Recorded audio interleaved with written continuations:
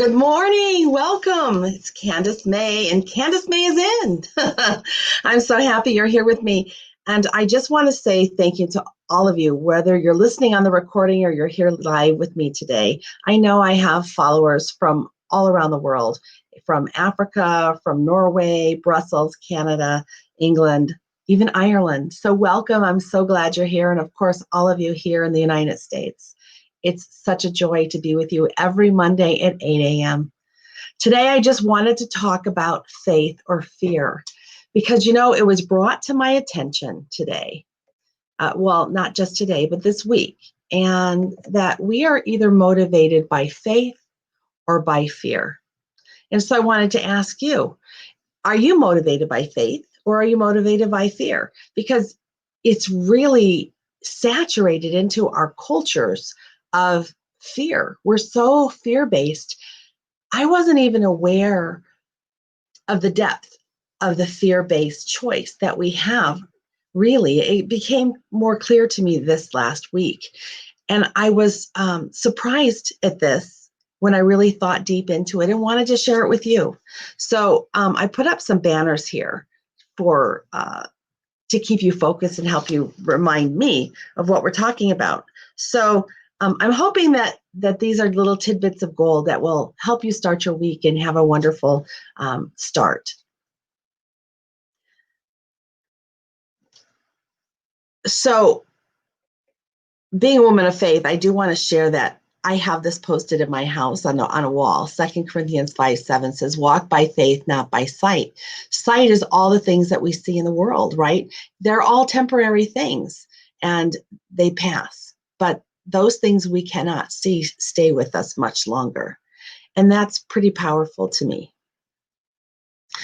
And we're also reminded to think on whatever things are true, whatever things are noble, whatever things are pure, lovely, good report, or virtue. And you know why? Because our thoughts become our actions. And so it's really important, as I always say, think about what you're thinking about, because it really does make a difference on what you're dwelling about. And there are little phrases that we can say. I have to do something, or I want to do something. If you have to do something, it's more fear-based, right? If you think about it, you have to, because what if you don't? You're going to lose something. So fear is based on a fear of feeling like you're going to lose something, versus I want to do something. It's a desire to gain something more. And that's pretty exciting. So there's 4 powerful shifts that you can make into faith on all of your thoughts, which will keep your thoughts in a positive light of being able to stay positive and look for something of gain. So let me share these with you, focusing on I want to instead of I have to. And the first one is just that. I want to do something versus I have to do something. What do you find yourself saying?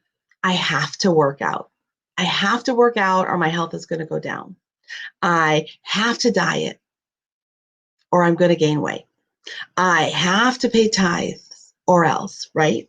So I have to be nice to people. Do you have to do these things or do you want to? What happens when you say, I want to work out? I get so excited of all the possibility of how much better I'm going to feel when I work out. I want to wake up an hour earlier so I have time to start my day in a positive way.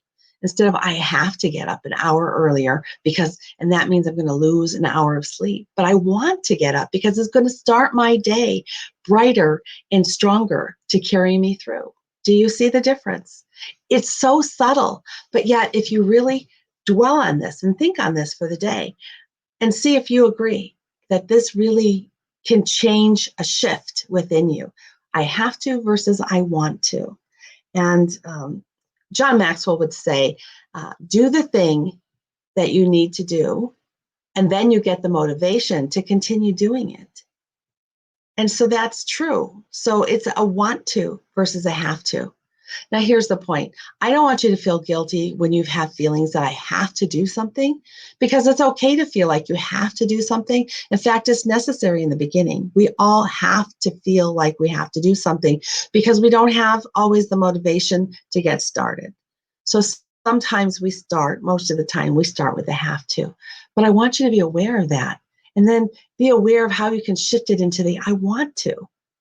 See if that brings power to you, because I'm sure it will.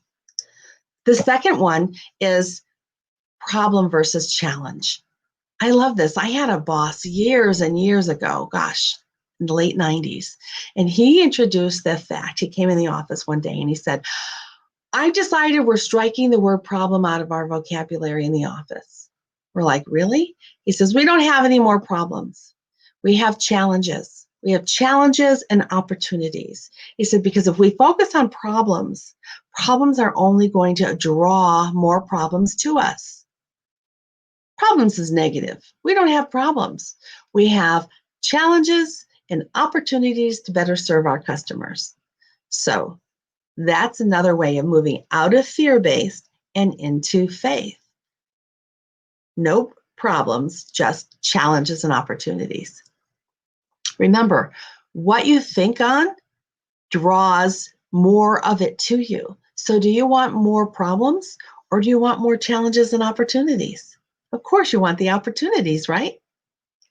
The next is sacrifice versus opportunity. When we think about the things we have to sacrifice now to get better, something better later, it's always we're losing something. That's fear-based. We're giving something up versus an opportunity. We have an opportunity to get something more by what we're doing now. Again, it's a subtle shift in just the choices of words that we use, but it's so powerful. And then the fourth approach is the word anti versus pro. Let me ask you this. When you position yourself in what you're speaking about, do you say, I'm against this, I'm against that, I don't believe in that? Or are you more for, I believe in this, I believe in that? So there's an anti what you're against, and then there's pro what you're for. So Mother Teresa would say, people would approach me and ask me to march against abortion. And she goes, I will refuse to participate in anything that's anti anything that's negative. She said, I won't do it. She said, because it draws more violence, it draws more negativity when you're focusing on what the battle is.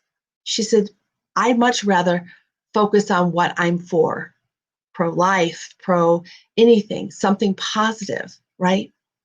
I can march pro anything, but I can't march anti anything. Do you see the shift? It's huge. It's really huge. So just think about it as you're going about your day and all week. Think about it. When you're phrasing things, what you're talking about, are you saying all the things that you're against or what you have to do? Or are you talking about life and about the things that you can do and about the opportunities you have and about what you want to do? I want you to take a shift and reframe your life. Reframe your thinking into the positive. Make it faith-based because it's much more powerful.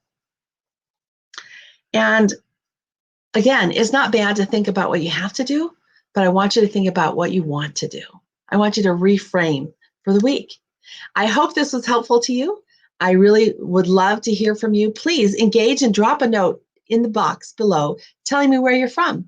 And you can find more of me on Wednesday at 7 p.m. Pacific in the evenings. I have a Unshackle Your Voice show with Mary Janice and I. I would love to have you join us there on that conversation. Same place right here. And then drop me a note on my website, CandaceMae.com. Okay? Have an awesome week. Oh, there was one more story I wanted to share with you. Have you heard the story of the two wolves that battle within? There was a Cherokee Indian, and he was telling his grandson about each of us inside have a battle within us. One is for life and one is for death. One is good, one is bad. One is faith and one is fear. And they battle constantly within us. And the young grandson said, "Grandpa, which wolf won?" And the grandfather so wisely said, "The one with which you feed." Feed your faith. Have a wonderful week. Bye-bye.